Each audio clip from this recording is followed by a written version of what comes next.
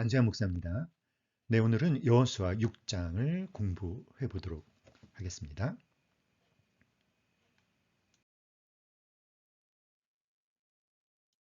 올브라이트 교수는 원래 19세기의 성서 비평 이론의 입장에서 학문을 시작했습니다.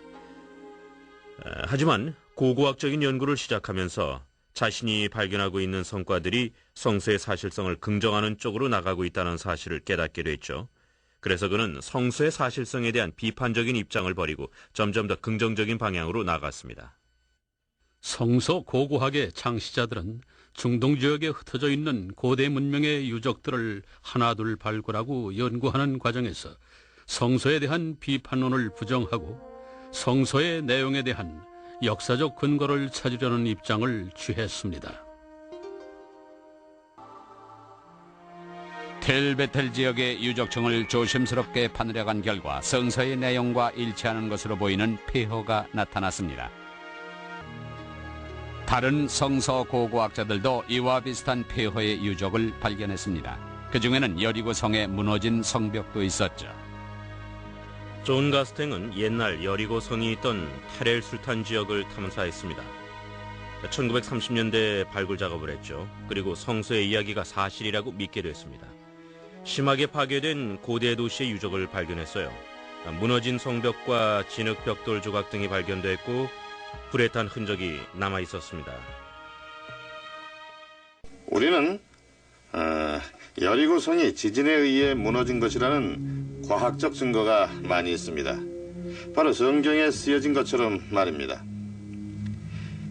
가장 확실한 증거는 기원전 1400년경 발견된 무너진 담에 의해 사망한 것이 명백한 사람들의 해골입니다. 수년간 학자들은 여리고성 얘기를 신화적인 전설로만 여겼습니다. 그러나 고고학적인 증거가 성경과 놀랍도록 일치한다는 사실을 알 수 있습니다. 여리고는 잘 요새화된 도시였습니다. 두 개의 진흙담이 감싸고 있었죠. 고고학적인 증거를 보면 이 담이 성경에 쓰인 것과 같이 무너져 내렸는데 아마도 지진에 의한 것으로 보여집니다. 성의 잔재는 아직도 그곳에 남아 있습니다. 이것이 바로 그것으로 약 3,400년 된 것입니다. 고고학자들이 도시를 발굴했을 당시 도시가 멸망될 때 지진 활동이 있었다는 증거를 많이 찾을 수 있었습니다. 성 안에는 많은 양의 곡식이 있었는데 이는 멸망한 때가 추수 직후라는 것을 말해줍니다. 이것도 역시 성경 구절과 일치합니다. 고대 도시에서 많은 양의 곡식을 찾기는 매우 드문 일인데 여리고 성에서는 거의 모든 건물에서 곡식이 가득한 항아리를 찾을 수 있었습니다. 귀한 것이기 때문에 보통 약탈되기 마련인데 성경에 보면 이스라엘 백성에게 약탈을 하지 말라 금하였고 하나님께 제물로 바치라 하였다고 쓰여 있습니다. 많은 양의 곡식이 남아 있었다는 것은 포위 기간이 매우 짧았다는 얘기가 됩니다.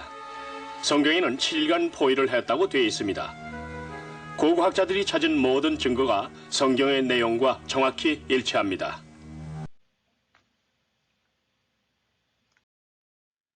지난주 우리는 여호수아 5장을 배웠습니다.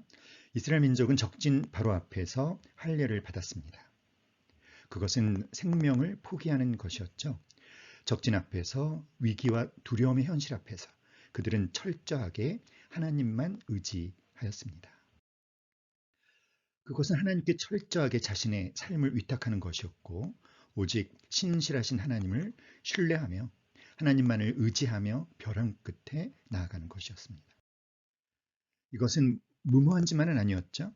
하나님을 신뢰하기 때문에 가능한 일이었습니다.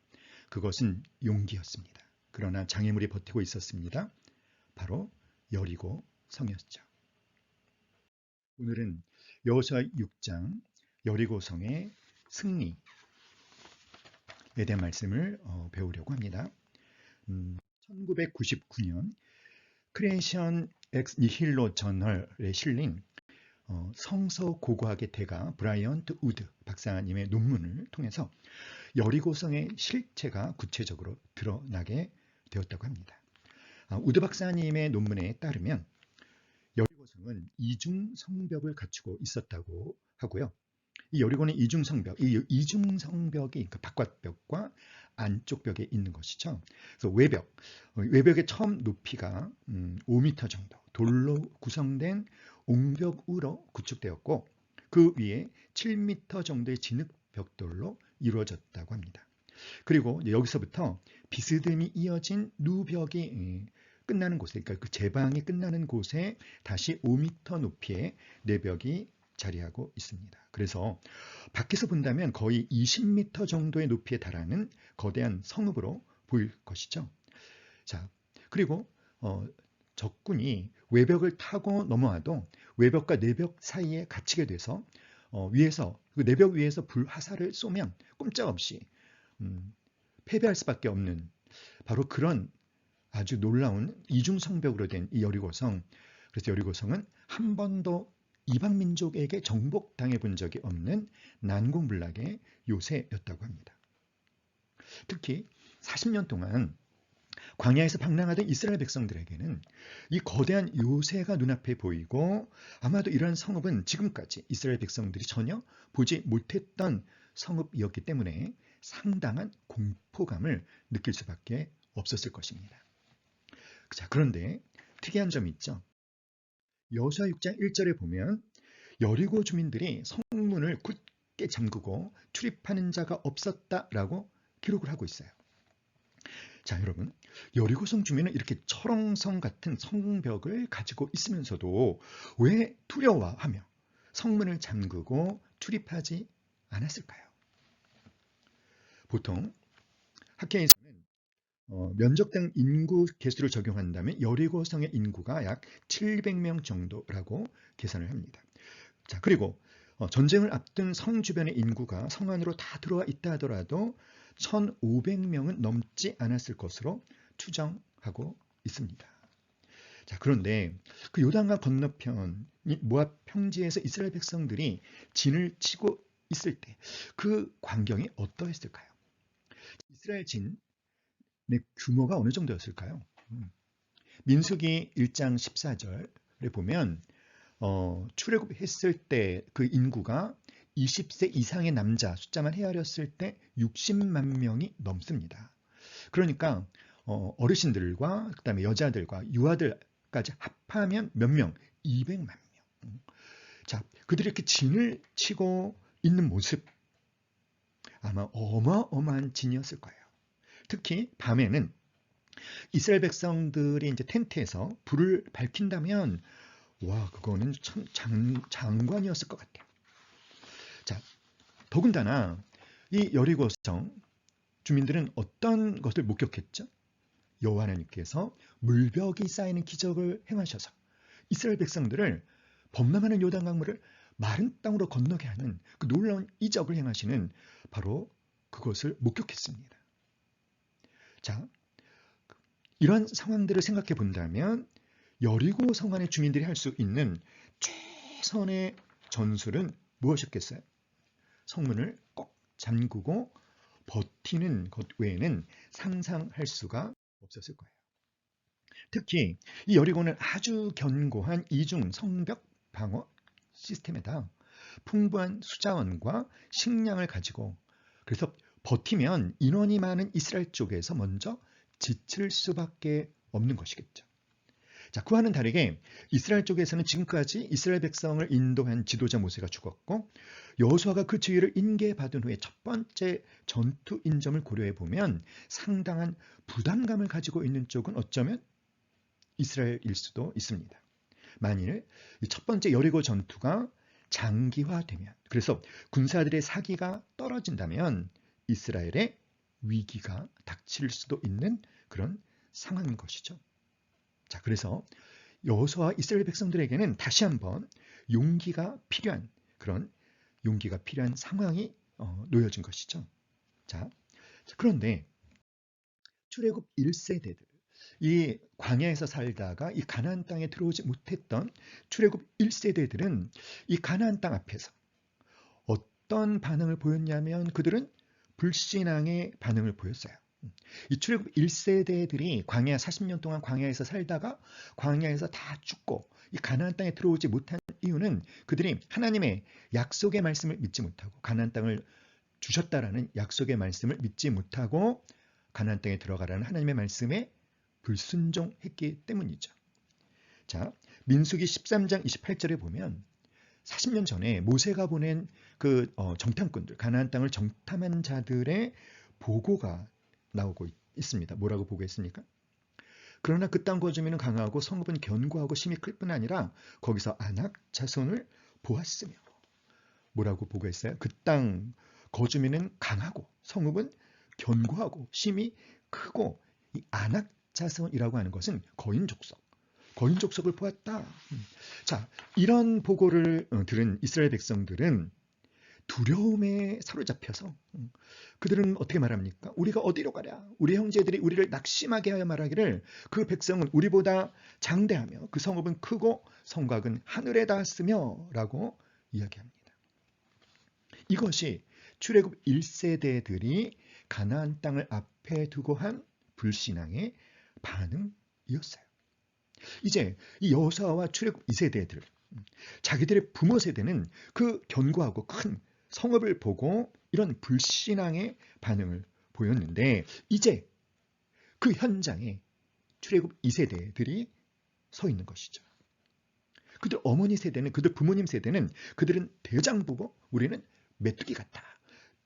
이것이 출애굽 1세대들의 평가였어요. 그래서 그들은, 출애굽 1세대들은 더 이상 앞으로 나아갈 수가 없습니다. 정말 용기가 필요할 때 그들의 용기는 사라져버리고 말았죠.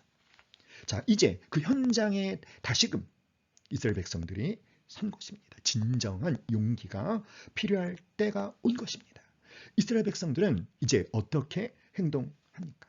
오늘 우리가 여호수아서 6장을 통해 발견해야 되는 것이 무엇이냐면, 그리고 지지난주 3장, 4장, 그리고 지난주 5장, 오늘 6장까지 우리가 깨닫게 되는 것은 광야 40년의 그 하나님의 광야 훈련이 결코 헛되지 않았다라고 하는 거예요.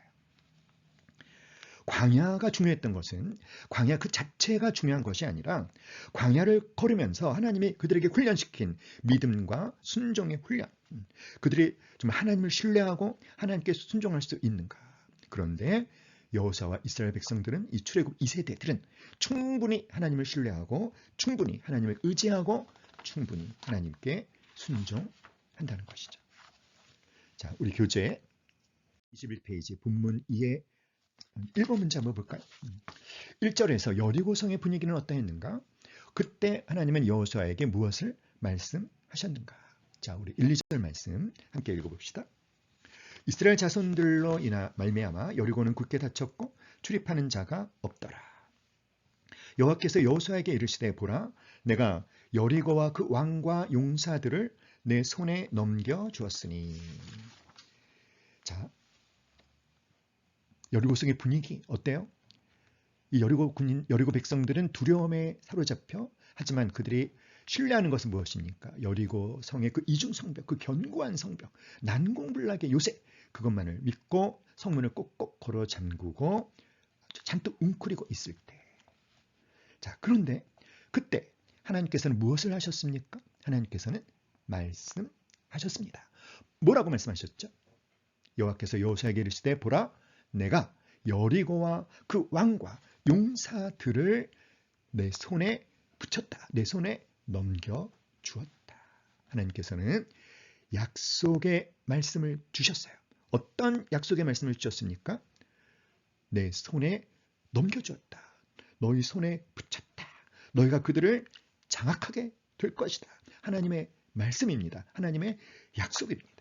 그래서 이제 여호수아와 이스라엘 백성들은 하나님의 약속의 말씀에 자신들의 전 삶과 전 인격을 헌신해야만 되는 바로 그런 현장에 서 있는 것이죠. 현실이냐? 하나님의 말씀이냐? 상황이냐? 그분의 약속이냐?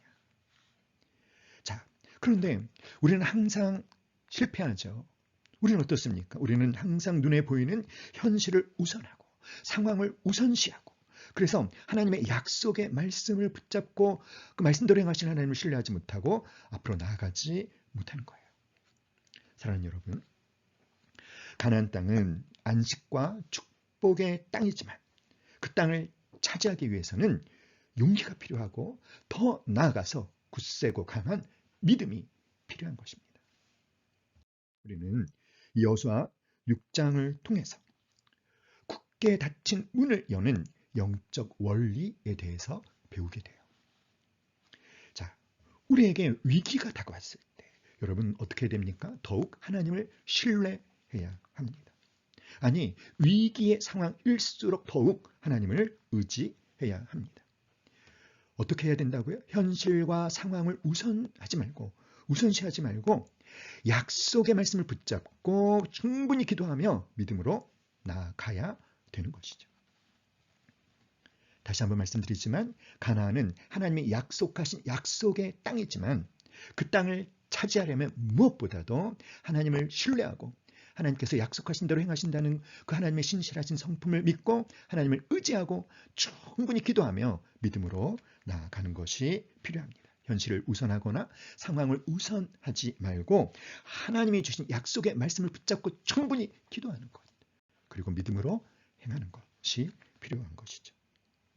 사랑하는 여러분, 마치 이스라엘 백성들이 굳게 닫힌 여리고 성의 문을 열고 그 여리고 성을 무너뜨려야 되는 것처럼 저 여러분의 현실에도 결코 열리지 않는 어떤 문, 결코 무너뜨릴 수 없는 어떤 여리고 성과 같은 것들 앞에 직면할 때가 있어요. 우리의 인생에 어떤 문이 굳게 닫혀 있을 때, 계획하던 모든 문들이 굳게 닫혀 있을 때, 여러분 그때 어떻게 하시겠습니까? 사람들이 마음의 문을 굳게 닫고 열지 않을 때 여러분 그때 어떻게 하셨습니까? 포기하셨습니까? 절망과 낙담 속에서 하나님만 원망하셨습니까? 아니면 인간적인 방법을 다 동원해서 해결해 보려고 몸부림치셨나요? 인생의 문이 굳게 닫혀 있습니다. 여러분 그런 위기 앞에서, 그 문제 앞에서 우리는 더욱 하나님이 주신 약속의 말씀을 붙잡고 더욱 충분히 기도하고 믿음으로 행하는 저와 여러분 될 수 있기를 간절히 기도합니다. 자, 여리고 정복 작전을 한번 좀 정리를 좀 해볼까요? 우리 여호수아 6장 1절로 7절까지 한번 제가 한번 읽어보겠습니다. 구약성경 326페이지 여호수아 6장 1절로 7절. 자, 1절부터 보시면 이스라엘 자손들로 말미암아 여리고는 굳게 닫혔고 출입하는 자가 없더라. 여호와께서 여호수아에게 이르시되 보라, 내가 여리고와 그 왕과 용사들을 내 손에 넘겨주었으니 너희 모든 군사는 그 성을 둘러 성 주위를 매일 한 번씩 돌되 엿새 동안을 그리하라. 제사장 7은 7 양강 나팔을 잡고 언약궤 앞에서 나아갈 것이요, 7째 날에는 그 성을 7번 돌며 그 제사장들은 나팔을 불 것이며 제사장들이 양강 나팔을 길게 불어 그 나팔 소리가 너희에게 들릴 때에는 백성은 다 큰 소리로 외쳐 부를 것이라. 그리하면 그 성벽이 무너져 내리리니 백성은 각기 앞으로 올라갈지니라 하시매, 눈의 아들 여호수아가 제사장들을 불러 그들에게 이르되 너희는 언약궤를 메고 제사장 7은 양강 나팔 7을 잡고 여호와의 궤 앞에서 나아가라 하고, 또 백성에게 이르되 나아가서 그 성을 돌 때 무장한 자들이 여호와의 궤 앞에서 나아갈지니라 하니라. 우리 10절까지 또 계속 읽어볼게요. 여호수아가 백성에게 이르기를 마침에 제사장 7은 양강 나팔 7을 잡고 여호와 앞에서 나가며 나팔을 불고 여호와의 언약궤는 그 뒤를 따르며 무장한 자들은 나팔 부는 제사장들 앞에서 행진하며 후군은 궤 뒤를 따르고 제사장들은 나팔을 불며 행진하더라. 여호수아가 백성에게 명령하여 이르되 너희는 외치지 말며 너희 음성을 들리게 하지 말며 너희 입에서 아무 말도 내지 말라. 그리하다가 내가 너희에게 명령하여 외치라 하는 날에 외칠지니라 하고. 아멘. 10절까지만 읽었습니다. 자, 여리고 정복 작전을 좀 중요한 특징들을 한번 정리를 해보면요. 먼저 여리고성 주위를 돈 그 행진의 대열을 정리를 해보면 맨 앞에 무장한 군사들이 갑니다. 그리고 7명의 제사장들이 양각 나팔을 하나씩 붙잡고 나팔을 불며 언약궤 앞에서 나아가고요. 그리고 세 번째로 이제 언약궤가 나가고 언약궤 뒤에는 또 무장한 군사들이 따라오는 그런 행진으로 여리고성을 돌았던 것이죠. 그 다음에 도는 것에 있어서의 특징은 무엇입니까? 엿새 동안은 한 바퀴를 돕니다. 그런데 마지막 7번째 날에는 7바퀴를 도는 것이죠. 그래서 모두 몇 바퀴? 13바퀴를 도는데 엿새 동안은 하루에 한 바퀴, 그리고 7번째 날에는 몇 바퀴? 7바퀴를 도는 것이죠. 자, 그 다음에 주의사항이 있죠. 10절입니다. 10절을 다시 한번 읽어볼까요? 10절에 보면 여호수아가 백성에게 명령하여 이르되 너희는 외치지 말며 너희 음성을 들리게 하지 말며 너희 입에서 아무 말도 내지 말라. 그리하다가 내가 너희에게 명령하여 외치라 하는 날에 외칠지니라 하고. 그래서 주의사항은 뭐다? 백성들은 절대 말을 하면 안 돼요. 소리를 내면 안 됩니다. 침묵하라. 이것이 주의사항입니다. 그 다음에 마지막 7번째 날에는 어떻게 해야 되죠? 7번째 날에 마지막 13번째 바퀴를 돌고 나서는요. 나팔이 길게 울려부는 소리가 들리면 백성들이 함께 소리를 외치죠. 그러면 어떻게 된다? 여리고성이 무너질 것이다. 그러면 올라가서 차지하라. 이렇게 말씀하셨죠. 자, 16절에 보시면 15절 16절을 볼까요? 15절 7째 날 새벽에 그들이 일찍이 일어나서 전과 같은 방식으로 그 성을 7번 도니 그 성을 7번 돌기는 그날뿐이었더라. 7번째 제사장들이 나팔을 불 때 여호수아가 백성에게 이르되 외치라. 여호와께서 너희에게 이 성을 주셨느니라. 자, 그래서 20절에 보시면 이에 백성은 외치고 제사장들은 나팔을 불매 백성이 나팔 소리를 들을 때 크게 소리질러 외치니 성벽이 무너져 내린지라. 백성이 각기 앞으로 나아가 그 성에 들어가서 그 성을 점령하고. 그래서 7번째 날 마지막 7번째 바퀴를 돌 때 이제 외치라 그러면 제사장들이 나팔을 길게 불죠. 그 나팔 소리를 듣고 백성들이 소리질러 외치면 어떻게 된다? 성벽이 무너져 내렸어요. 그래서 어떻게 했어요? 백성이 앞으로 나아가 그 성에 들어가서 성을 점령한 것이죠. 자, 그래서 다시 한번 정리를 하면 행진의 대열은 어떻다? 순서가 제일 앞에 무장한 군사들, 두 번째 7명의 제사장들이 양각나팔 하나씩 불고 그들을 따라가고 이 양각나팔을 부는 7명의 이 제사장들 뒤에는 언약궤가 따라가고 언약궤에 뒤에는 다시 무장한 군사들이 따라가는 거죠. 그리고 엿새 동안은 한 바퀴, 마지막 7번째 날에는 7바퀴. 그래서 모두 13바퀴를 도는 거죠. 주의사항이 뭐였다? 백성들은 침묵하라. 그리고 마지막 7번째 날 13번째 바퀴를 돌았을 때 이제 나팔이 길게 울려 부는 소리가 들리고 백성이 소리를 크게 외치면 성이 무너지는 거죠. 그리고 들어가면 차지하며 정복하는 것이 바로 여리고 정복 작전의 어떤 내용이 되겠습니다. 자, 그러면 하나님의 언약궤를 중심으로 한 행진의 의미, 우리 질문 2번입니다. 2번에 보시면 여리고성 정복 전략은 군사적 정복이 아닌 하나님의 언약궤를 중심으로 한 행진이었다. 이러한 행진의 의미는 무엇일까? 다음 성경 본문을 참고로 하여 생각해 보자.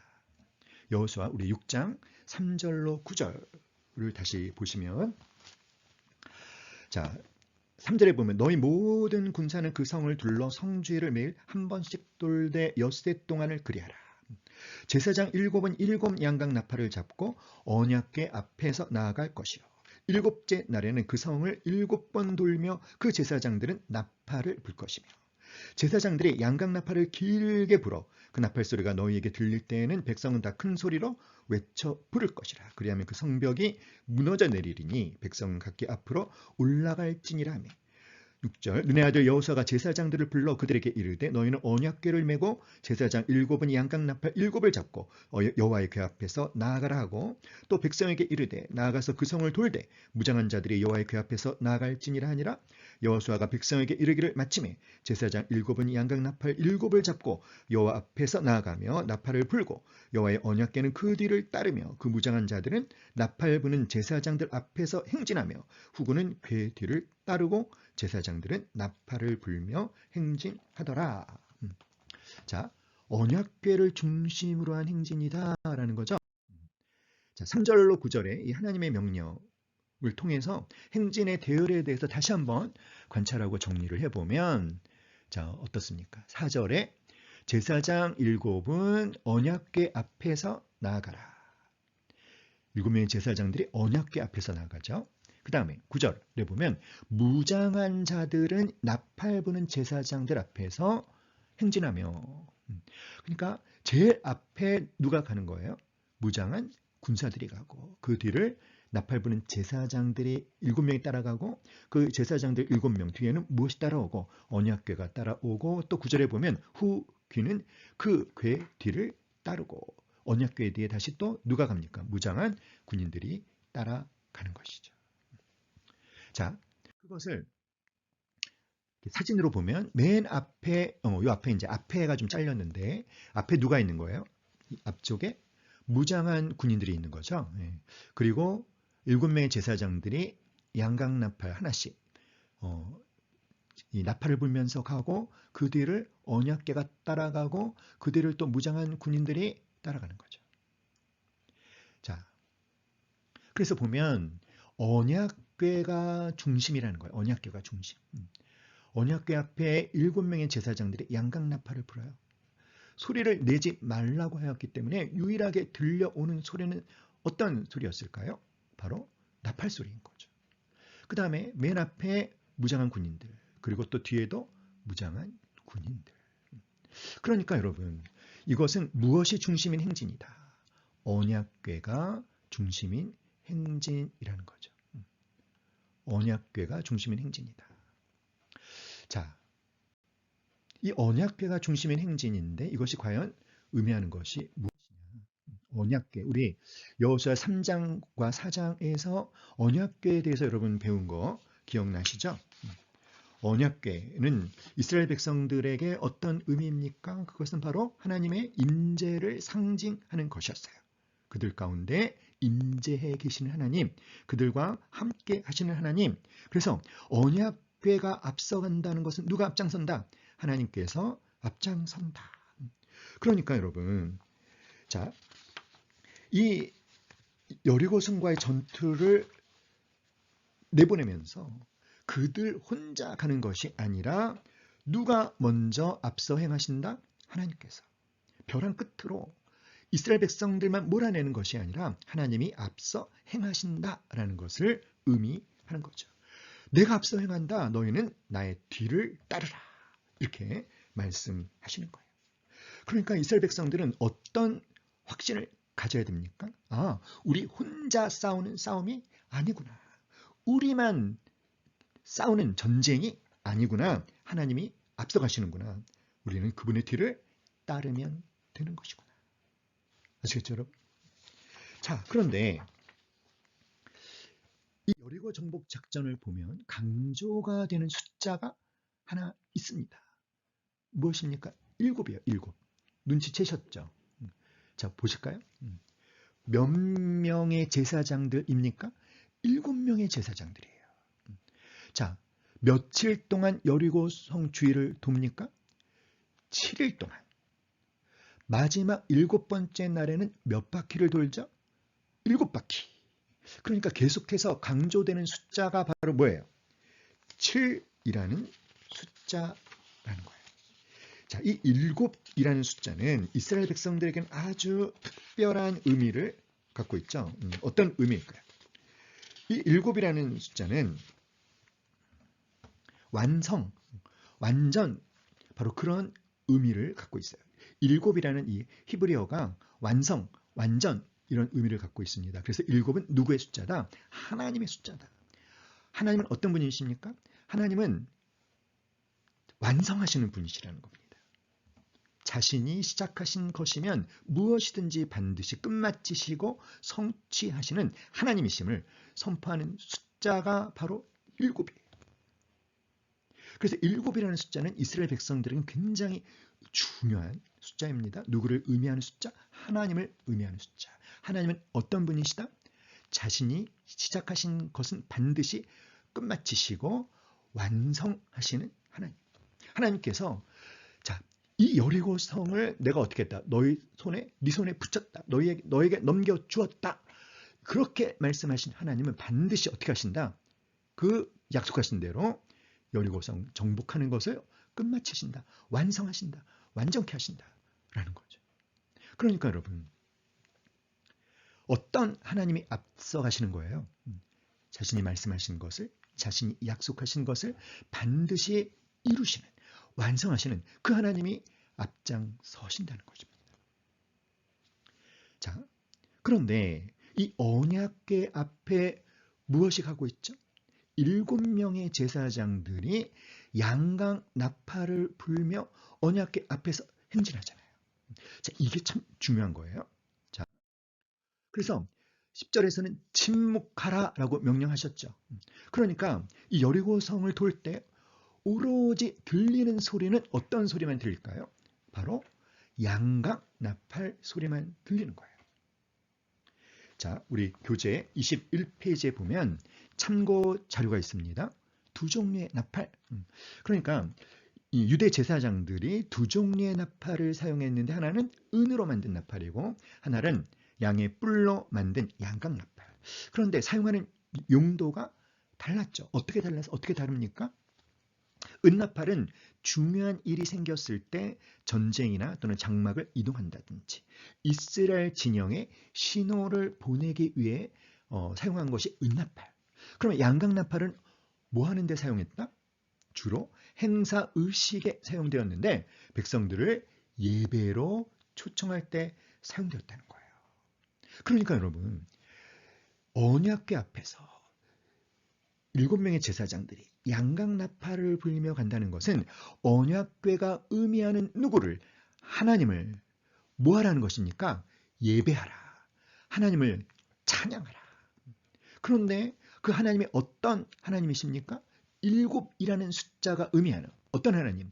자신이 시작하신 것은 반드시 완성하시는, 반드시 이루시는, 반드시 끝마치시는 그 하나님을 뭐하라? 그 하나님을 찬양하라. 바로 이것이 여리고 정복 작전에 하나님이 요구하신 전략이라는 거죠. 그러니까 여리고 성을 무너뜨린 하나님이 말씀하신 그 전략은 전쟁을 하는 것이 아니라 하나님을 예배하는 것이었어요. 어떤 하나님? 자신이 시작하신 것은 반드시 이루시는 그 하나님이 그 일을 이루셨음을 믿고 그 일을 이루신 약속하신 대로 성취하신 하나님을 찬양하라. 이것이 여리고 정복 작전의 전략이라는 것이죠. 그래서 허용된 소리는 오직 무엇이었다? 양강 나팔 소리였는데 이것은 어떤 의미다? 다시 한번 정리하면 약속의 말씀대로 행하신 하나님을 찬양하라. 하나님께서 약속하신 대로 이 여리고성을 우리에게 주셨습니다. 이 약속하신 대로 이 여리고의 전쟁에서 하나님이 싸우셨고 그래서 하나님이 이기셨습니다. 승리하신 하나님, 우리에게 승리를 주신 하나님을 찬양합니다. 바로 이것이 하나님께서 이스라엘 백성들에게 요구하신 여리고 정복 작전 전략이라는 것이죠. 자, 이렇게 하나님이 약속하신 대로 행하신 것을 믿고 하나님을 찬양할 때 어떤 역사가 여러분 일어나는 것일까요? 역대하 20장 22절 말씀 함께 읽어볼까요? 시작. 그 노래와 찬송이 시작될 때 여호와께서 복병을 두어 유다를 치러 온 암몬 자손과 모압과 세일산 사람들을 치게 하심으로 저희가 패하였으니. 자, 우리 역대하 20장 말씀 한번 함께 찾아보겠습니다. 역대하 20장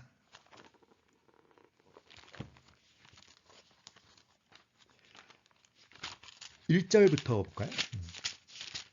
역대하 20장 1절 구약성경 681페이지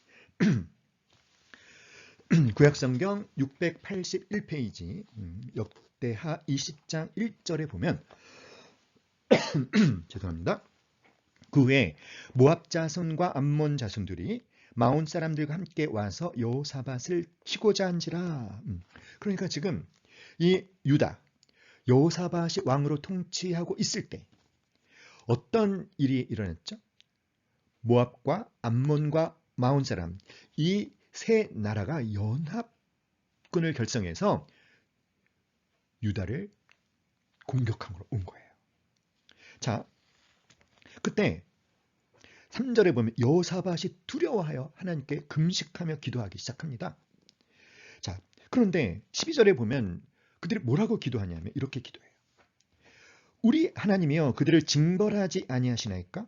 우리를 치러 오는 이 큰 무리를 우리가 대적할 능력이 없고 어떻게 할 줄도 알지 못하옵고 오직 주만 바라보나이다.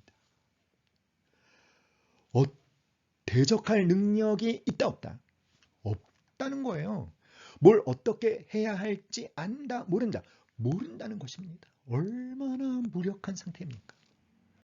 아무것도 할 수 없다는 것이죠.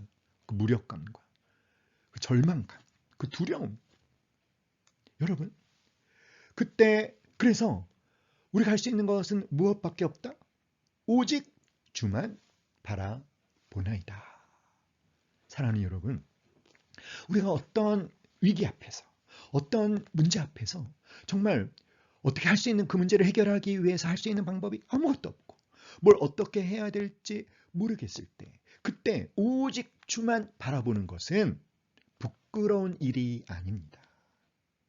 그것은 마땅히 해야 될 일입니다. 그리고 반드시 해야 될 일입니다. 오직 주만 바라보는 것. 근데 우리는 언제 주만 바라봅니까? 뭔가 내가 할 수 있는 내 방법, 뭔가 내 노력, 내 수단 다 해보고 안 됐을 때, 이도 저도 안 됐을 때 마지막으로 주를 바라보죠가 아니라 제일 먼저 오직 주만 바라봐야 되는 것입니다. 사랑하는 여러분, 그때 오직 주만 바라봅니다 라고 했을 때 하나님께서 어떻게 역사하셨을까요? 하나님이 먼저 말씀을 하셔요. 우리 역대하 20장 14절로 17절까지 읽어보면 여호와의 영이 회중 가운데에서 레위 사람 야하시엘에게 임하셨으니 그는 아삽 자손 마따냐의 현손이요 여이엘의 증손이요 분하야의 손자요 스가랴의 아들이더라. 야하시엘에게 하나님의 말씀이 임한 것이죠. 야하시엘이 이르되 온 유다와 예루살렘 주민과 여호사밧 왕이여 들을지어다. 여호와께서 이같이 너희에게 말씀하시기를 너희는 이 큰 무리로 말미암아 두려워하거나 놀라지 말라. 이 전쟁은 너희에게 속한 것이 아니요 하나님께 속한 것이니라. 할렐루야. 그 여리고성을 앞에 두고 있을 때, 그 난공불락의 요새인 여리고성을 앞에 두고 있을 때 하나님의 여호수아 이스라엘 백성들에게도 이 성을 내 손에 넘겨주었다라는 약속의 말씀을 주셨죠. 그런데 역대하 20장에서 이 모압과 암몬과 마온 사람 이 세 나라 연합군의 공격에서 도무지 뭘 어떻게 해야 될지 알지 모르고 모르는 상태에서 오직 하나님만 바라보았을 때에도 하나님은 뭐 하십니까?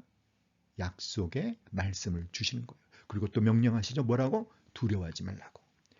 이 전쟁보다 너희에게 속한 것이 아니라 하나님께 속한 것이다. 16절 내일 너희는 그들에게로 내려가라. 그들이 시스고기로 올라올 때 너희가 골짜기 어기 여로엘들 앞에서 그들을 만나려니와 이 전쟁에는 17절에 놀라운 약속의 말씀 너희가 싸울 것이 없나니 대열을 이루고 서서 너희와 함께한 여호와가 구원하는 것을 보라. 하나님께서 친히 싸우시겠다. 하나님께서 너희를 구원하시겠다라고 약속해 주신 거예요. 두려워하지 말며 놀라지 말고 맞서 나가라. 여호와가 너희와 함께 하신다는 거죠. 자, 이렇게 이 약속의 말씀을 받았을 때 그 다음에 여호사밧이 어떻게 했을까요? 18절 19절 시작. 여호사밧이 몸을 굽혀 얼굴을 땅에 대으니 온 유다와 예루살렘 주민들도 여호와 앞에 엎드려 여호와께 경배하고 그앗 자손과 고라 자손에게 속한 레위 사람들은 서서 심히 큰 소리로 이스라엘 하나님 여호와를 찬송하니라. 할렐루야. 자, 그리고 이제 그 다음날 이제 그들이 뭘 하냐면 하나님이 약속하신 대로 행하실 것을 신뢰하며 전쟁을 싸우러 나가는 그 군대에서는 도무지 정말 볼 수 없는 아주 희귀한 모습으로 그 전쟁을 하러 나가는 유다 백성들을 우리가 보게 됩니다. 그 희귀한 모습이란 어떤 모습일까요? 자, 20절, 21절 시작. 이에 백성들이 아침에 일찍이 일어나서 드고와 들로 나가니라. 나갈 때에 여호사밧이 서서 이르되 유다와 예루살렘 주민들아 내 말을 들을지어다. 너희는 너희 하나님 여호와를 신뢰하라. 그리하면 견고히 서리라. 그의 선지자들을 신뢰하라. 그리하면 형통하리라 하고 백성과 더불어 의논하고 노래하는 자들을 택하여 거룩한 예복을 입히고 군대 앞에서 행진하며 여호와를 찬송하여 이르기를 여호와께 감사하세 그의 인자하심이 영원하도다 하게 하였더니. 자, 전쟁을 하러 나가는 군대 맨 앞에 노래하는 자들을 택해서 거룩한 예복을 입히고 군대 앞에서 행진하게 했다는 거죠. 요즘식으로 얘기하면 군대 앞에 성가대를 세워서 행진하게 했다는 거예요. 뭐라고 행진합니까? 여호와를 찬송합니다. 하나님께 감사합니다. 하나님의 인자하심이 영원합니다. 이게 무슨 말입니까? 이 전쟁은 우리가 싸울 것이 없고 하나님께서 싸우시고 하나님께서 우리에게 승리를 주셨다는 그 하나님 약속하신 대로 행하신 그 하나님을 우리가 찬양합니다. 하나님께 감사합니다. 라고 찬양을 했다는 것입니다. 자, 그리고 이제 22절 바로 이 말씀 무엇이 시작될 때 그 노래와 찬송이 시작될 때 여호와께서 복병을 두어 하나님께서 전사들을 보내셔서 유다를 치러 온 암몬과 모압과 세일 사람들을 치게 하셨다라고 하는데 더 자세한 그 내막이 어떻게 되는 걸까요? 자, 23절에 보니까 암몬과 모압 자손이 일어나 세일산 주민들을 쳐서 진멸하고, 그러니까 암몬과 모압이 세일산 주민들을 완전히 진멸해버려요. 그리고 나서는 그들이 또 암몬과 모압이 서로 쳐 죽였대요. 그러니까 지들끼리 싸운 거예요. 여러분, 암몬과 모압이 왜 세일산 주민들을 공격했겠습니까? 하나님께서 복병을 두셨다는 게 어떤 것이겠어요? 암몬과 모압 사람들의 눈에 세일산 주민들이 유다 군인들로 보이게 하신 것이죠. 그러니까 그들과 싸우는 거겠죠. 그리고 암몬과 모압이 서로의 눈에 또 서로가 누구로 보여지게 유다 군인들로 보여지게, 그래서 지들끼리 싸워서 정말 유다와 여호사밧 아무것도 하지 않았어요. 승리를 하는 것입니다. 승리를 했는데 그냥 승리가 아니에요, 여러분. 경제 부흥이 온 승리입니다. 자, 25절, 26절 읽어볼까요?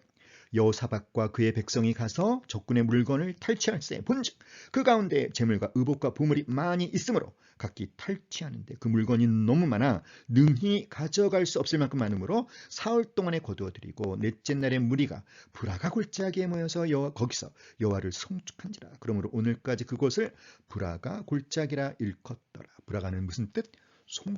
송축의 골짜기. 자, 전쟁에서 이기고 전리품을 거두었는데 너무 많아서 며칠 동안 거두었다? 3일 동안 거두었다. 전리품이 뭐예요? 재물과 의복과 보물. 이 암몬과 이 모압과 이 세일산 이 세 나라 연합군의 공격을 받아서 완전히 진멸당할, 이 멸망당할 이 나라가 어떻게 된 것입니까? 경제 부흥을 맛보는 승리를 누리게 되었다는 것이죠. 무엇을 했을 때? 약속하신 하나님께서 그 약속하신 대로 행하신 것을 믿고 그렇게 하신 하나님을 찬양하고 하나님께 감사했을 때 하나님께서 약속하신 대로 행동하셨다는 것입니다. 이것이 하나님을 믿고 드리는 찬양의 능력이라는 것입니다. 우리가 하나님이 말씀하신 대로 행하셨음을 믿고 하나님을 찬양할 때 우리의 믿음의 찬양이 하나님으로 하여금 약속하신 대로 간섭하시고 개입하시고 행동하도록 하신다는 것이죠. 하나님을 찬양하라. 양강나팔 소리. 7이라는 숫자가 의미하는 자신이 시작하신 것은 반드시 이루시는 하나님을 찬양하라. 그럼 어떻게 하십니까? 하나님께서 이 약속하신 대로 행하시고 간섭하시는 것입니다. 아멘. 자, 허용된 소리는 오직 무슨 소리다? 양강 나팔 소리뿐이다. 이것은 또 어떤 의미가 또 있을까요? 함께 읽어봅시다. 시작. 이스라엘 백성 가운데 누가 계시다? 그 양강 나팔 소리. 하나님을 예배하라. 하나님을 찬양하라. 그런데 막 소리내서 찬양하는 게 아니죠. 침묵하면서 7이라는 숫자가 의미하신 하나님을 묵상하면서 자, 어떻게 하는 것입니까? 우리 가운데 누가 계시다. 하나님의 계심을 믿으며 우리는 누구다. 우리의 정체성을 분명히 하는 거죠. 우리는 하나님의 군대다. 하나님이 직접 무한하신 능력과 지혜로 싸우신다. 그리고 이미 하나님께서 승리하셨다.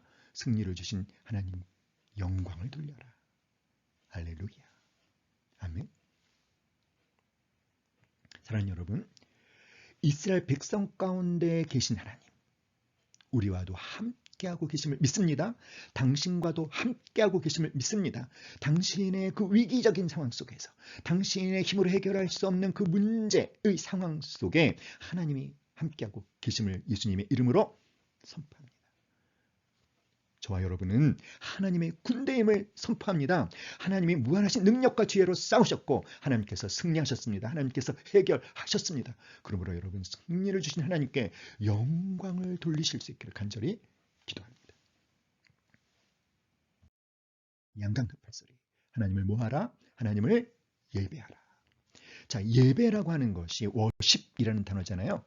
이 워십이라는 단어는 워스라는 단어와 쉽이라는 단어가 합해져서 생긴 것인데, 그러니까 이게 뭐예요? 가치, 쉽은 뭡니까? 배. 그래서 따라합시다. 가치를 담은 배. 가치, 어떤 배가 있는데 거기에 가치를 실어드린다 이런 거죠. 가치를 담는다. 그러니까 예배한다는 게 뭐예요? 예배한다는 것은 어떤 존재나 대상에게 내가 최고의 가치를 부여하고 내가 그것을 가장 중요하게 여기면 나는 바로 그것을 뭐 하는 것이다? 예배하는 것이다 라는 거죠. 바로 내가 가장 중요하게 여기는 대상이, 내가 최고의 가치를 부여하는 대상이 바로 내가 예배하는 대상이라는 거예요. 그런데 지금 이 여리고성을 정복하라는 아주 중요한 임무를 하나님이 여호수아와 이스라엘 백성들에게 주시지 않았습니까? 여리고성을 정복하는 이 아주 중요한 사역, 중요한 과업을 앞에 두고도, 그런데 이 여리고성을 정복하는 것이, 여리고성을 무너뜨리는 것이 여호수아와 이스라엘 백성에게 첫 번째로 중요한 관심사가 되어서는 안 되고, 누가 그들의 중요한 첫 번째가 되어야 합니까? 하나님.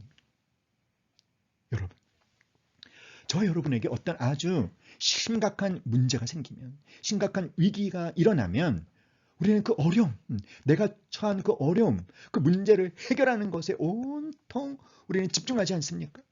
그럼 우리는 그 순간 무엇을 예배하는 것이 되는 것이죠? 문제 해결을 예배하는 것이 되는 거예요.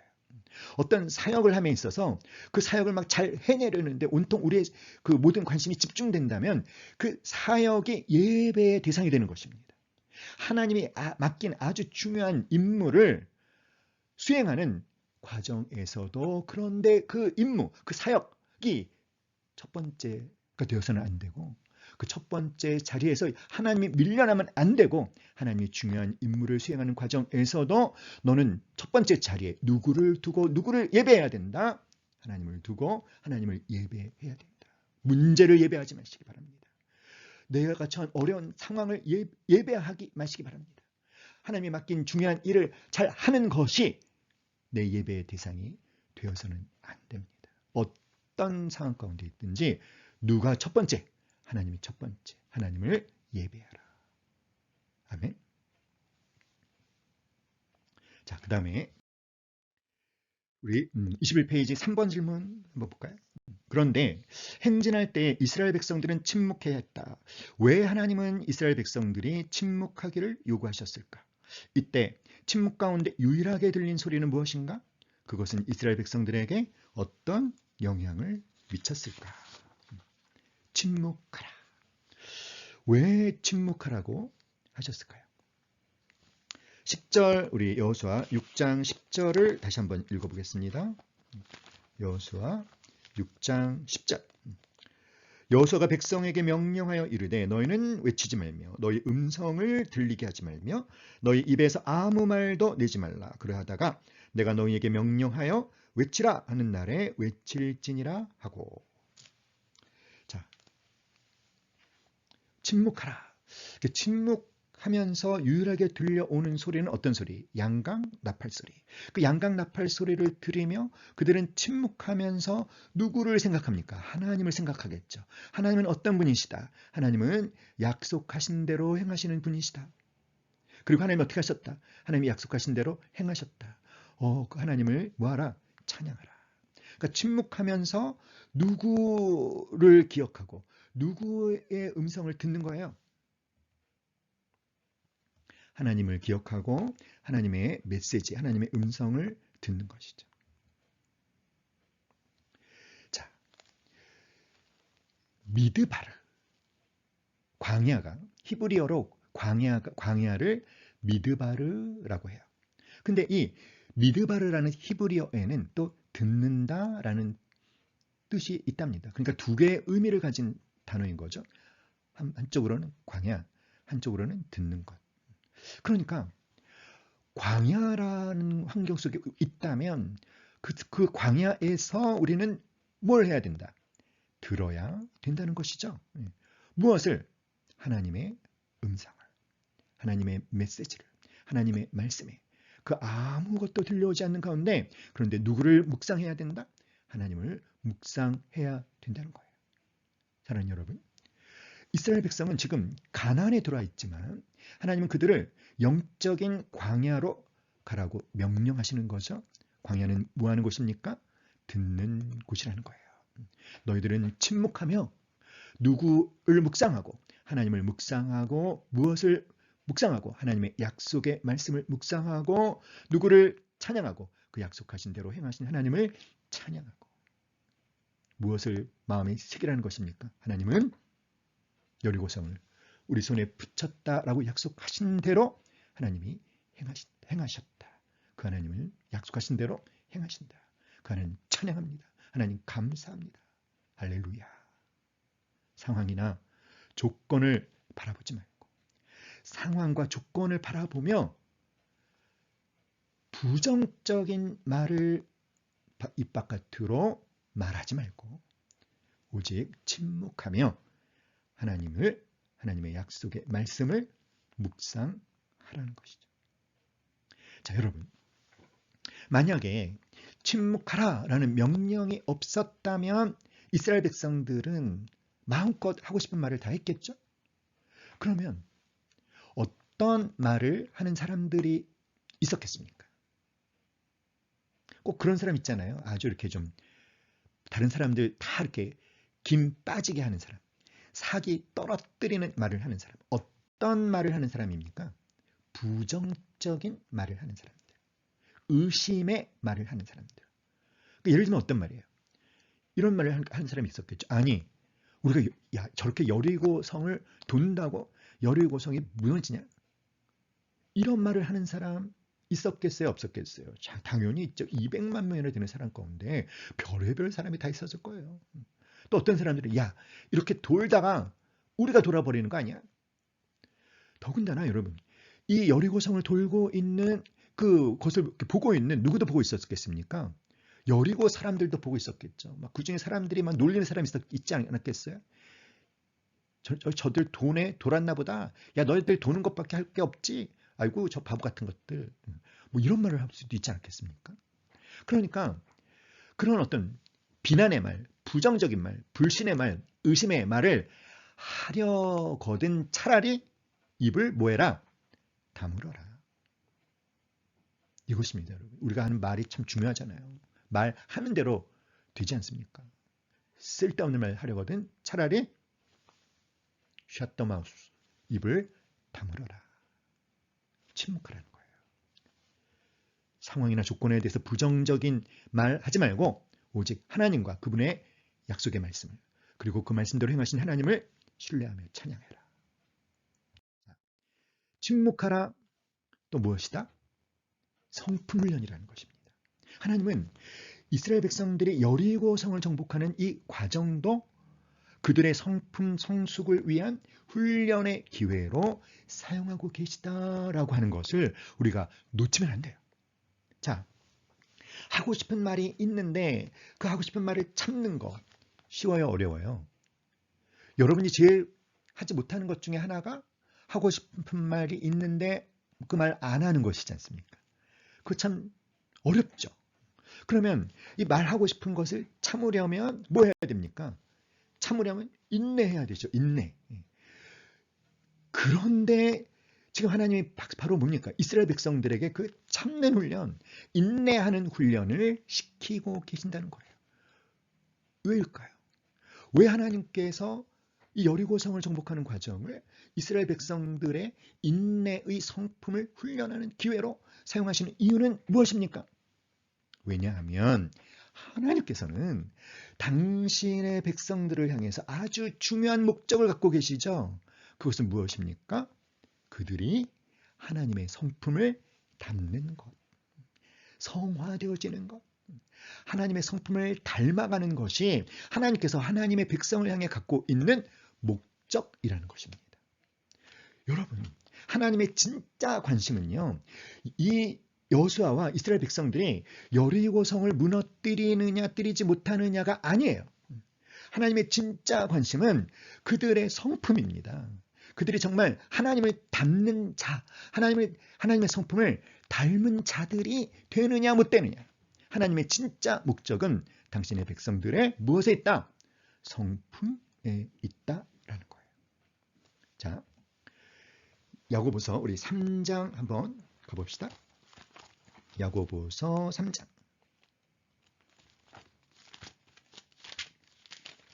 1절, 2절 읽어볼까요?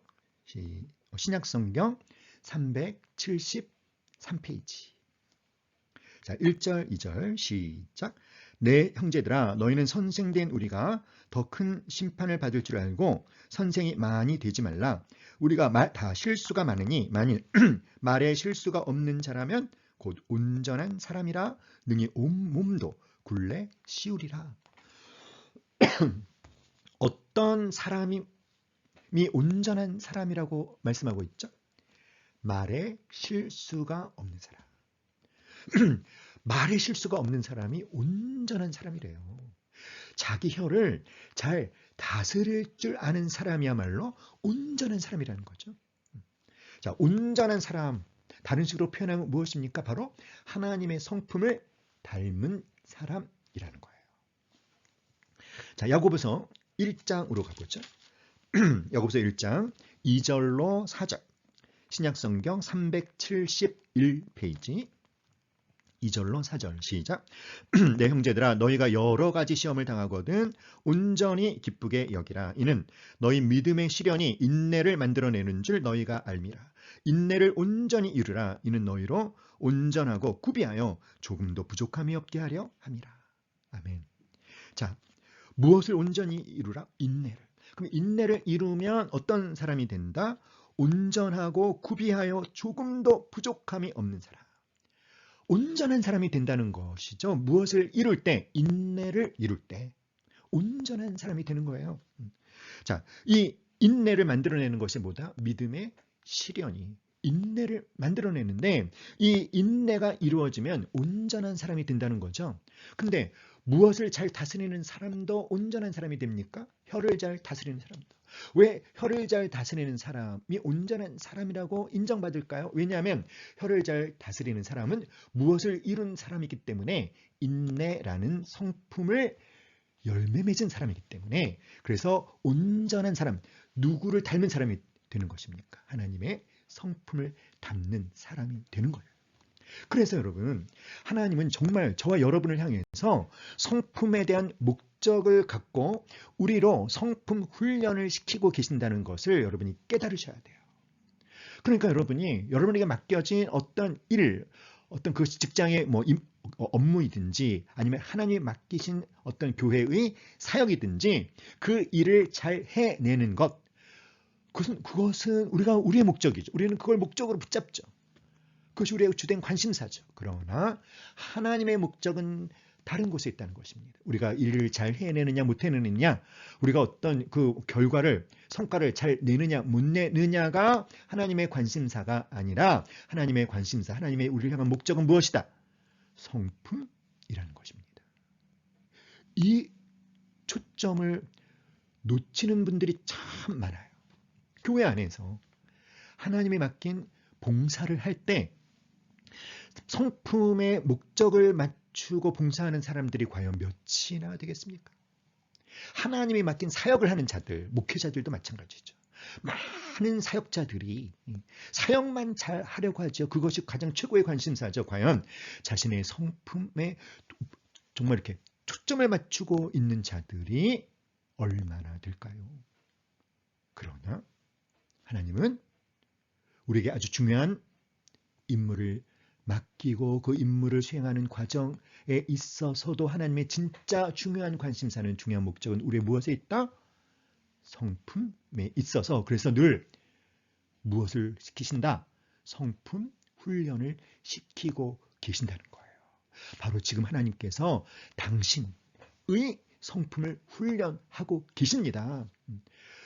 하나님이 지금 나의 어떤 성품을 훈련하고 계신지를 여러분이 깨달으셔야 돼요. 그게 열쇠예요. 왜 나한테 이런 일들이 일어났지? 왜 저 사람과 나 사이에 이런 갈등이 생기지? 왜 내가 이런 상처를 받지? 왜 내가 이렇게 서운함에 빠지지? 왜 이렇게 일이 잘 안 풀리지? 성품 훈련하고 계시는 겁니다. 과연 하나님은 지금 당신의 어떤 성품을 훈련하고 계시는 것일까요? 여호수아 6장에서처럼 인내일까요? 아니면 긍휼히 여기는 것일까요? 무엇일까요? 그것을 분별해서 그 성품 훈련에 초점을 맞추고 그 성품의 열매를 맺으려고 반응할 수 있기를 간절히 기도합니다. 자, 22페이지에 보시면 4번 문제. 이스라엘 백성들은 여리고성을 7일 동안 모두 13바퀴를 돌아야 했다. 왜 그렇게 많이 돌아야 했을까? 13바퀴를 다 돌기 전에 여리고성에 어떤 변화가 있었을까? 왜 7일 동안 13바퀴였을까? 자, 여러분. 이것은 어떤 것과 관계된 것이냐면, 자, 우리 23페이지 삶의 적용 2번 문제 한번 볼까요? 삶의 적용 2번 문제 보시면, 자, 당신은 기도하다가 지쳐 포기한 적이 있는가? 가장 늦게 응답받은 기도는 기도 시작부터 응답받을 때까지 시간이 얼마나 걸렸는가? 강청하는 과부의 비유를 말씀하신 예수님께서 불의한 재판관의 말한 것을 들으라 하물며 하나님께서 그 밤낮 부르짖는 택하신 자들의 원한을 풀어주지 않겠느냐? 그러나 인자가 올 때 세상에서 믿음을 보겠느냐고 하신 그 의미를 생각해 보라. 왜 7일 동안 13바퀴인가? 라는 이 부분을 묵상하며 묵상의 결과를 우리가 어떻게 적용해야 되냐면, 우리가 뭔가 기도하다가 계속 기도하지 못하고 그냥 중간에 포기하고 그래서 기도의 응답을 받지 못하는 그 경우에 적용해야 돼요. 여러분, 어떤 문제를 놓고 오랫동안 기도하다가 중간에 지쳐서 기도를 그만두는 때가 있죠. 왜 지칩니까? 왜 포기합니까? 낙심하는 마음이 생기는 거죠. 낙심하는 까닭은 그렇게 하나님 앞에 간절히 기도하고 그렇게 오랫동안 기도했는데도 아무것도 달라지는 것이 없는 거죠. 변화되는 게 없는 거죠. 응답이 없는 거죠. 그래서 낙심해서 그래서 그냥 기도를 포기하잖아요. 낙심하는 이유는 뭐다? 아무 변화가 일어나지 않기 때문에. 뭔가 상황이 좀 바뀌는, 뭔가 좀 환경이 바뀌는 그런 징조가 하나라도 나타난다면 정말 이렇게 용기가 나서 막 기뻐, 이거 달라지네. 기도했더니 뭔가 달라지네. 열심히 기도할 거 아니에요. 그런데 기도했는데 아무것도 달라지는 게 없어서, 그러니까 우리가 낙심하고 그래서 포기하고 그래서 기도 응답을 받지 못하는 거죠. 그러니까 여러분, 7일 동안 13바퀴를 돌았는데 여러분 첫째 날 한 바퀴를 돌았을 때 여리고성에 어떤 변화가 있었습니까? 둘째 날에는 변화가 있었나요? 셋째 날, 넷째 날, 다섯째 날, 여섯 번째 날, 여섯 번째 바퀴를 돌았을 때도 여리고성이 뭐 이렇게 뭐 돌덩이가 이렇게 뭐 내려왔다든지 성에 뭐 균열이 갔다든지 그런 변화가 있었어요? 없었어요? 아무 변화가 없었어요. 미동도 하지 않았어요. 뭐 그만하지 않았어요. 일곱 번째 날, 일곱 번째, 여덟 번째, 아홉 번째, 열 번째, 11번째, 12번째까지 돌았어요. 그런데 꿈쩍도 안 해요. 여전히 견고하게 버티고 서 있어요. 언제 여리고성이 무너졌다? 13번째까지 돌고 나서 외쳤을 때 와르르 무너졌다는 것입니다. 만약에 이스라엘 백성들이 첫째 날 한 바퀴 돌고 둘째 날 한 바퀴 돌고 여섯 번째 날 한 바퀴까지 돌았는데 아무 변화가 없어서 일곱 번째 날, 근데 일곱 번째 날은 몇 바퀴를 돌아야 됩니까? 지난 엿새 동안 했던 것보다도 한 바퀴를 더 돌아야 되잖아요. 일곱 바퀴를 돌아야 되는데 돌려는 열정이 안 생길 수도 있겠죠. 그래서 만약에 거기서 그만뒀다면 어떻게 되는 겁니까? 여리고성을 정복하지 못하는 거죠. 그러나 그것을 이기는 겁니다. 이 눈에 아무 증거 아니 배어도 약속하신 말씀대로 행하실 것을 믿고 어떻게 하는 것입니까? 끝까지 충분히 순종하라는 거예요. 이루어질 때까지, 하나님이 응답해 주실 때까지 하나님이 요구하시는, 하나님이 원하시는 순종과 인내와 믿음의 분량이 있다는 것입니다. 그것을 채우라는 것입니다. 끝까지 순종해라. 충분히 순종해라. 믿습니까, 여러분? 그러니까 여러분, 이걸 기억하세요. 함께 말해봅시다. 위대한 한 번의 순종보다, 멋진 한 번의 순종보다 매일매일의 작은 순종이 기적을 낳는다라는 거예요. 여러분, 우리 교재 4번 문제 보시면 열왕기하 5장 10절로 14절 말씀이 있죠. 우리 교재를 보며 함께 읽어볼까요? 시작. 엘리사가 사자를 저에게 보내어 가로되 너는 가서 요단강에 몸을 7번 씻으라. 내 살이 여전하여 깨끗하리라. 나아만이 노하여 물러가며 가로되 내 생각에는 저가 내게로 나와서서 그 하나님 여호와의 이름을 부르고 상처 위에 손을 들어 문둥병을 고칠까 하였도다. 다메섹 강 아마나와 바르발은 이스라엘 모든 강물보다 낫지 아니하냐. 내가 거기서 몸을 씻으면 깨끗하게 되지 아니하랴 하고 몸을 돌이켜 분한 모양으로 떠나니 그 종들이 나와 말하여 가로되 내 아버지여 선지자가 당신을 명하여 큰 일을 행하라 하였다면 행치 아니하였으리까 하물며 당신에게 이르기를 씻어 깨끗하게 하라 함이리까. 나아만이 이에 내려가서 하나님의 사람의 말씀대로 엘리사 선지자의 말씀대로 요단강에 7번 몸을 잠그니 그 살이 여전하여 어린아이 살 같아서 깨끗하게 되었더라. 여러분, 나만 장군이 요단강에 7번 몸을 담그라는 이 엘리사 선지자의 말이 너무너무 불쾌했어요. 자기를 나와서 마중도 안 하고 종을 보내서 막 시키니까 막 기분이 상해갖고 그냥 가려고 했죠. 근데 종들이 말려서 마지 못해서 요단강에 이제 7번 몸을 담그는데, 그런데 여러분, 이 나만이 아주 신나서 막 7번 열심히 담급니다. 어떤 일이 생기면 그렇게 할까요? 억지로 하는 순종이잖아요. 하고 싶지 않은데 억지로 하는 순종인데 요단강에 몸을 한 번 담갔더니 자기 문둥병이 7분의 1이 깨끗해지는 거예요. 그러면 계산이 탁탁탁 뚫겨지지 않습니까? 와, 7번 체험내고 온전해지겠다. 그러면 얼마나 열심히 하겠습니까? 두 번째, 세 번째, 네 번째, 다섯 번째, 여섯 번째, 7번째. 그런데 그렇게 됐습니까? 한 번 담그고 두 번 담가도 세 번째 담가도 문둥병은 여전히 안 낫고 더 담글 의욕이 있어요, 없어요? 안 생기겠죠. 거기서 포기하고 그냥 값으면 문둥병 고침받지 못한 거죠. 그런데 어떻게 했어요? 그럼에도 불구하고란 어떠함에도 불구하고 요단강물에 몸을 담궜지만 아무런 변화가 일어나지 않음에도 불구하고 7번 담그라고 했으니까 7번까지 끝까지 순종하니까 7번째 담그고 나오니까 순식간에 문둥병이 사라져버리는 것입니다. 할렐루야. 하나님은 늘 이렇게 역사하시는 것 같아요. 여러분, 그러니까 끝까지 순종하십시오. 순종의 분량을 채우십시오. 여러분, 나만 장군이나 여호수아나 이스라엘 백성들은 숫자가 딱 제한되어 있죠. 7번, 13바퀴. 그런데 우리는 어떻습니까? 우리에게도 그렇게 말씀해 주시면 얼마나 좋을까요? 그러나 하나님이 분명한 약속의 말씀을 주셨다면 그 약속 응답 받을 때까지 끝까지 순종해라. 충분히 순종해라. 매일매일 순종해라. 하나님의 때가 차면 상황은요, 역전되리라. 이제 역전되리라.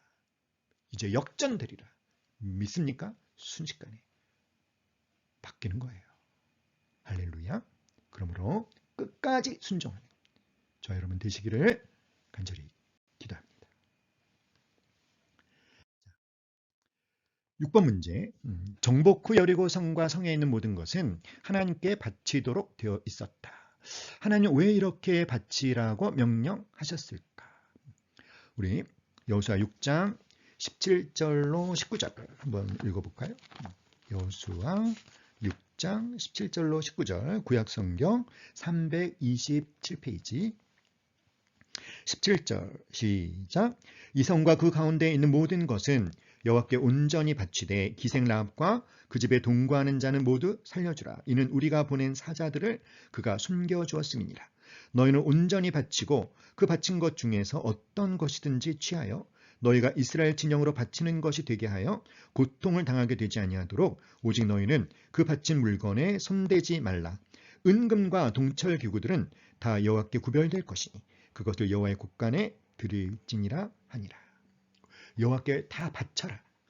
왜 다 바치라고 하셨고 그것은 어떤 의미인지 우리 22페이지의 팁을 읽어보면 여리고의 물건들은 땅의 첫 소산처럼 하나님께 바치도록 되어 있었다. 마치 곡식의 첫 열매를 더 많은 수확이 있을 것을 기대하며 하나님께 바치듯이 여리고에 대한 철저한 정복은 이스라엘이 가나안의 모든 것을 얻을 것을 상징하는 것이다. 첫 번째 열매이기 때문에 그것은 하나님께 바치는 거죠. 이 첫 번째 열매를 바치면서 어떤 믿음으로 바치는 것입니까? 두 번째, 세 번째 열매도 하나님이 주신다는 믿음으로 첫 번째 열매는 하나님께 바쳐라. 자, 그 다음에 왜 모두 바치라고 하셨을까? 어떤 의미일까요? 이 모든 것의 주인이 누구이시다? 하나님이시라는 것을 인정하라는 거죠. 하나님의 것이라는 거예요. 자, 여리고 백성들이 진멸당했죠. 왜 진멸당합니까? 하나님께서 그들을 죽음으로 심판하신 것입니다. 죄의 싹은 사망이요. 그러면 여리고 백성들의 죄가 무엇입니까? 그들에게 있는 모든 것이 그들은 하나님의 것임을 인정하지 않고 자신들의 것이라 생각하고 자신들의 욕망과 자신들의 유익과 자신들의 영광을 위해서 사용했던 거죠. 그것에 대해서 하나님이 그 죄에 대해서 하나님의 주인됨을 인정하지 않고 산 그 죄에 대해서 하나님의 영광을 위해 살지 않았던 그 죄에 대해서 이스라엘 백성들을 사용하시어 죽음으로 심판하신 것입니다. 그러니까 이제 원래부터 누구였던 것, 하나님의 것이었던 것을 하나님께로 다시 뭡니까? 그 주권을 회복시켜 드려라 이거예요. 이것은 다 누구 것이다? 이 모든 것은 하나님의 것이다. 하나님이 주인이시다. 그리고 이 승리를 누가 주셨음을 인정하며 하나님이 주셨음을 인정하며 하나님께 영광을 돌리라는 의미에서 모든 것을 다 바치고 너희들은 손 대면 된다, 안 된다, 안 된다라고 하신 것이죠. 만약에 그 여리고 성과의 전투에서 승리해서 얻은 전리품 중에서 누구인가가 무엇인가를 취하면 어떤 대가를 지불해야 될까요? 여호수아 6장 18절 읽어봅시다. 시작. 너희는 온전히 바치고 그 바친 것 중에서 어떤 것이든지 취하여 너희가 이스라엘 진영으로 바치는 것이 되게 하여 고통을 당하게 되지 아니하도록 오직 너희는 그 바친 물건에 손대지 말라. 자, 어떤 것이든지 누군가가 취하면 어떤 대가를 지불해야 됩니까? 이스라엘 진영이 하나님께 바쳐져야 된다. 이스라엘 전체가 하나님께 바쳐져야 된다. 이스라엘 전체가 진멸되어져야 된다. 절대로 누구든지 전리품 중에 아무것도 취하지 말라라고 했는데 이제 다음 장 여호수아 7장에서 누가 아간이 취해서 이스라엘이 가나안 정복 전쟁에서 딱 한 번밖에 없었던 아이성 전투에서의 패배를 경험하게 되지 않습니까? 아시겠죠, 여러분? 어떤 대가를 지불해야 돼요? 이스라엘 전체가 하나님께 바쳐져야 된다. 그 다음에 23페이지 7번 문제 보시면 여호수아는 백성들에게 여리고성 재건 문제에 관하여 저주로서 경고한다. 왜 여리고성을 재건하지 못하게 하셨을까? 왜 여리고성을 저주하셨을까? 자, 여호수아 6장 26절. 다시 시작. 여호수아가 그때 맹세하게 하여 이르되 누구든지 일어나서 이 여리고성을 건축하는 자는 여호와 앞에서 저주를 받을 것이라. 그 기초를 쌓을 때 그의 맏아들을 잃을 것이요 그 문을 세울 때에 그의 막내 아들을 잃으리라 하였더라. 자, 여리고성을 재건하지 말아라. 왜? 이유가 뭐예요? 23페이지의 팁. 여리고성 재건 금지 이유 세 가지 확인해 봅시다. 시작. 백성들에게 황폐한 여리고성을 볼 때마다 하나님이 하신 일에 대해 감사하며 하나님의 은혜와 능력을 기억하고 영광을 돌리게 하기 위해. 두 번째, 우상 숭배와 사악한 행위의 결과는 곧 멸망이라는 사실을 주지시키고 하나님만 의지하도록 하기 위해서. 세 번째, 죄의 형벌로 황폐화된 것을 재건하는 것은 하나님에 대한 도전이므로. 그래서 여리고성 재건 금지 명령을 내렸고, 만약에 그럼에도 불구하고 그 명령을 어기고 여리고성을 재건하면 어떤 대가를 지불해야 돼요? 기초를 쌓을 때 맏아들이 죽을 것이고, 문을 세울 때, 문을 세운다는 것은 성 건축을 완성하는 걸 말하죠. 막내 아들이 죽을 거다. 자, 그런데 우리 교재 보면 7번 문제 밑에 열왕기상 16장 34절 다 같이 시작. 그 시대에 베델 사람 히엘이 여리고를 건축하였는데 저가 그 터를 쌓을 때 맏아들 아비람을 잃었고 그 문을 세울 때 말째 아들 수굽을 잃었으니 여호와께서 눈의 아들 여호수아로 하신 말씀과 같이 되었더라. 아이고, 참 안타까운 일이죠. 여호수아 시대에서 한참 수백 년을 지났을 때 그 아합 왕이 다스리고 있을 때 누가 히엘이라는 사람이 여리고를 건축했어요. 근데 그 터를 쌓을 때 맏아들이 죽었죠. 그럼 어떻게 해야 됩니까? 거기서 멈춰야죠. 근데 어떻게 했습니까? 문을 세웠다는 건 끝까지 했다는 거죠. 왜 끝까지 했을까요? 자, 그 기초를 쌓을 때 맏아들이 죽은 것을 어떻게 생각한 겁니까? 우연이겠지. 여호수아가 그 수백 년 전에 여호수아가 말한 대로 하나님의 말씀하신 대로 하나님이 행하신 것이다 라고 생각하지 않고 어쩌다 우연이겠지. 그래서 끝까지 간 거예요. 여리고성 건축을 한 거예요. 그래서 어떻게 됐다? 하나님 말씀하신 대로 막내 아들도 죽은 거죠. 여러분, 이 베델 사람 히엘을 통해서 우리는 어떤 교훈을 받아야 됩니까? 하나님이 하신 말씀을 가볍게 여기는 것. 하나님에 대한 무지, 말씀하신 대로 행하시는 하나님이라는 것을 믿지 못하면 어떤 화를 당할 수 있는지. 그러므로 사랑하는 여러분, 우리는 정말 하나님에 대한 확고한 믿음을 가질 수 있기를 간절히 바랍니다. 하나님은 어떤 분이시다. 세월이 아무리 많이 흘러도 하나님은 말씀하신 그대로 행하시는 신실하신 하나님심을 믿는 저와 여러분이 되어야겠습니다. 발견한 진리 우리 1, 2, 3, 4 읽고 마칠게요. 1번, 믿음과 순종과 인내에는 함수 관계가 있다. 믿음이 있다면 인내해야 하고 그 인내는 순종으로 드러나야 한다. 그러니까 무슨 말이에요? 하나님께서 이 여리고성을 주셨다라는 이 약속대로 하나님이 행하신다는 믿음이 있으면 뭐한다? 인내한다는 거죠. 인내한다는 게 뭐예요?